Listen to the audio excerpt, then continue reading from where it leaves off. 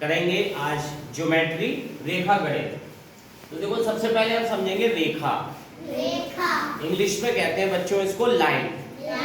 मतलब जिसका ना तो हमें शुरुआत पता ये कहाँ से शुरू हुई और ना ही हमें पता इसका एंड कहाँ तक है।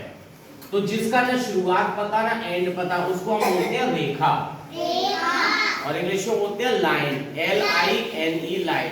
सभी बच्चे देखें, मैं बीच में क्वेश्चन पूछूंगा। एक होता है किरण। किरण का मतलब जिसको शुरुआत तो नहीं पता लेकिन अंत पता है। जहां अंत होगा हमारे को एंड पॉइंट इसका एक होता है। एक एंड पॉइंट का मतलब इसके दो एंड पॉइंट है, एक ये। तो एक ये एंड पॉइंट नहीं है। शुरुआत नहीं पता कहां से प्रारंभ हुई हमें नहीं पता, लेकिन अंत कहां होगा हमें पता है, तो उसको बोलते हैं किरण। अब एक है रेखाखंड, इंग्लिश में बोलेंगे लाइन सेगमेंट। जिसका हमें शुरुआत भी पता है अंत भी पता है। जिसका शुरुआत भी पता अंत भी पता, तो हम कहेंगे इसके दो एंड पॉइंट है, टू एंड पॉइंट, तो हम कहेंगे रेखाखंड है वो। ठीक है, अब हमें इतनी बात पता लग गई रेखा और ये। अब जैसे हमने ये बनाया, कभी कभी आपने देखा होगा ऐसे घर में भी दो कोनों के बीच में है, जैसे ये एक किरण है ये एक किरण है। अब इन दोनों के बीच में ये जगह खाली है। ठीक है, अब एक किरण पे दूसरी किरण कितने उस पर झुकी हुई है, जो झुकाव है, क्या बताया मैंने, झुकाव। दो किरणों के बीच में जो झुकाव है उसी को हम क्या बोलते हैं, कोण। अब हम ये किससे नापते हैं, ये हमारा D आता है उससे नापते हैं, और इंग्लिश में बोलते हैं एंगल। मतलब एक किरण दूसरे पर कितनी झुकी हुई है। देखो अगर ये ऐसा सीधी झुकी होगी तो हम बोल देते हैं इसको 90 डिग्री का कोण। ये हमारा निकल के आता है 90 डिग्री का कोण। और जब ये ऐसे झुकी हो तो ये कम कोण है, न्यून कोण कहते हैं, 90 डिग्री से कम। और अगर ऐसे फैला हो तो हम कहेंगे 90 डिग्री से ज्यादा। तो अब हम इन्हीं कोणों के प्रकार करेंगे। कोण समझ में आ गया। देखो कोण की परिभाषा लिखी हम बता रहे हैं, वो आपने याद रखनी है। दो किरणों के,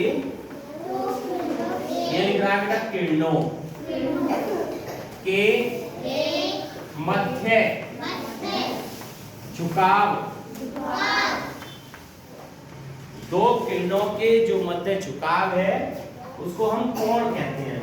और इंग्लिश में क्या कहते हैं, इंग्लिश में एंगल।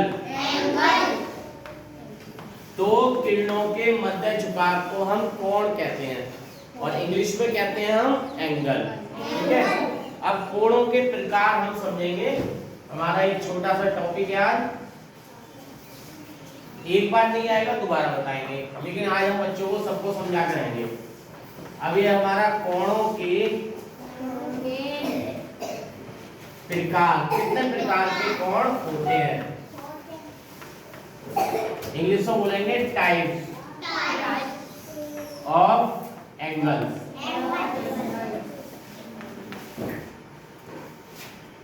सबसे पहला इधर देखो बेटा, सबसे पहला है न्यून कोण।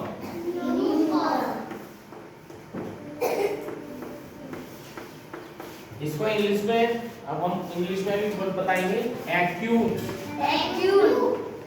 एंगल। न्यून कोण कौन से होते हैं, जो 90 डिग्री से कम होते हैं। देखो अब मैं सीधा बताऊं, ये है, इसके ऊपर ही रख दो 0 डिग्री कोण, सीधा सीधा 90 डिग्री का कोण। ऐसे लाइन 180 डिग्री का कोण। ये बेटा किसको खांसी हो रही है, राधिका बेटा जाओ बाहर पानी पीकर आओ पहले। और ऐसे सीधा हो तो 180 डिग्री।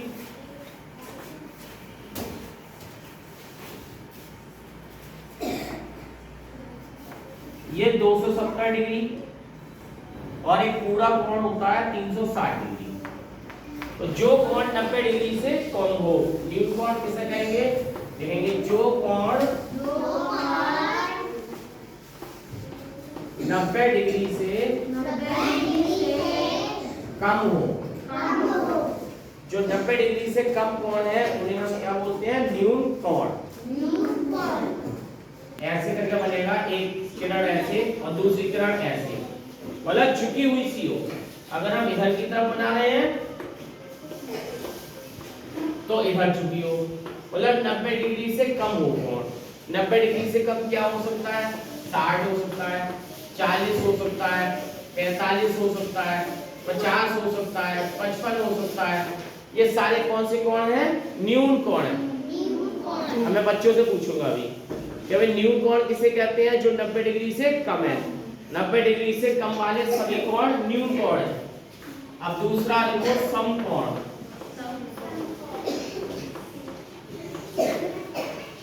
इंग्लिश में बोलेंगे राइट एंगल। इसको बोलेंगे राइट एंगल। जो कोण 90 डिग्री के हैं वो समकोण कहलाते हैं। समकोण मैं पूछूंगा सबसे, अभी मैं पूछूंगा दोबारा कि समकोण किसे कहते हैं, तो हम कहेंगे ऐसा कोण जो 90 डिग्री का हो, जो कोण करेक्ट 90 का हो। कोण को नापते हैं हम डिग्री में, जैसे हम लंबाई को मीटर में नापते हैं, फुट में नापते हैं, सेंटीमीटर में नापते हैं, ऐसे ही हम कोण को किस में नापते हैं? डिग्री में। और वो सीधा सीधा होता है। जब हम खींचेंगे ना 90 डिग्री, एक किरण ऐसे होगी और एक किरण ऐसे होगी, वो कोण होगा हमारा 90 डिग्री का। तो किसको खांसी आ रही है बहुत ज्यादा? राधिका तुम्हें आ रही है खांसी? जाओगा पानी दोबारा पी के आओ। जो कोण पूरा 90 डिग्री का है उसको हम क्या कहते हैं? समकोण। पानी पिया बेटा। राइट एंगल ट्रायंगल, ठीक है, जिसको हम समकोण या राइट एंगल, जो कोण बेटा 90 डिग्री का है। अब सबको पता लग गया है। अब तीसरा कोण समझेंगे।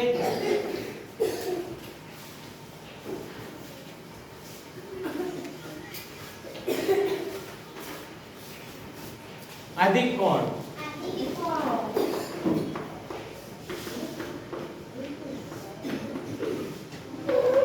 अधिक कोण को इंग्लिश में बोलते हैं ऑब्ट्यूज एंगल।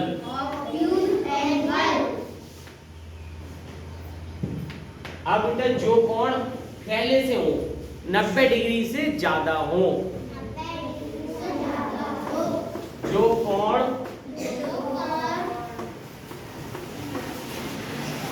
90 डिग्री से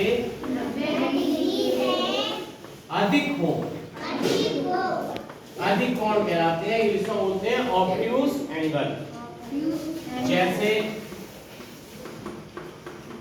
100 डिग्री, 110 डिग्री, मतलब 90 से अधिक हो और 180 से कम हो।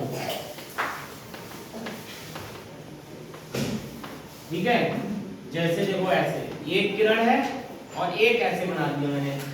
ये मान लो मेरा 125 का है, तो ये अधिक कोण हो जाएगा, मेरा ऑब्ट्यूज एंगल हो जाएगा। अधिक कोण या ऑब्ट्यूज एंगल हो जाएगा। मुझे उम्मीद है कि समझ में आ गया होगा। अब चौथा हम करेंगे।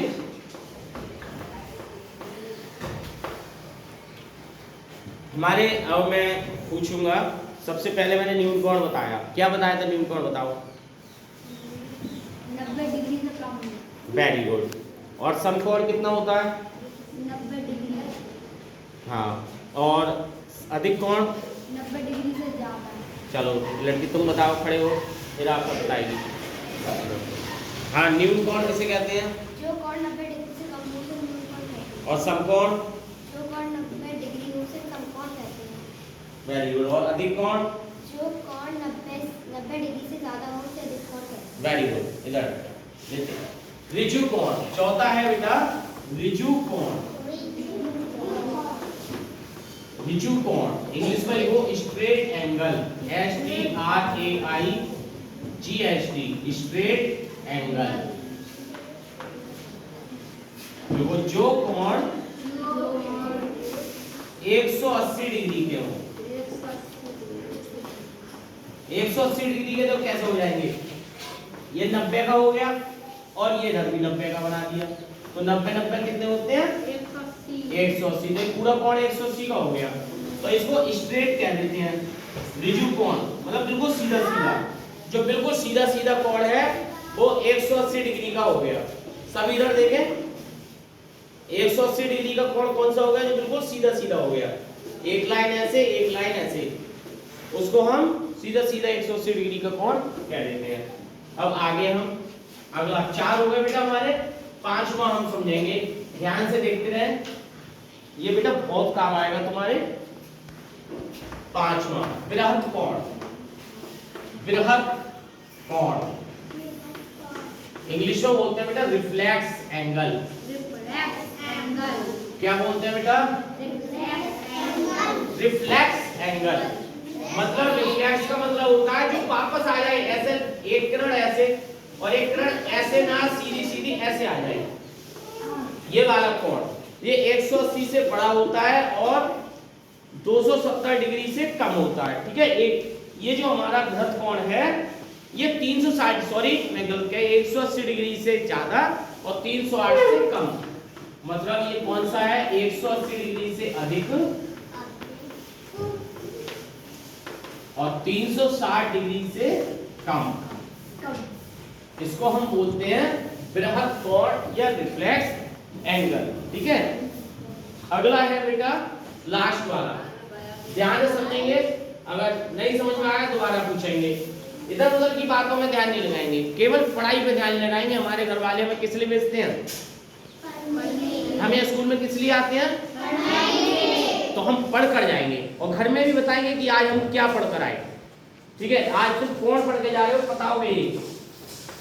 6 संपूर्ण कोण,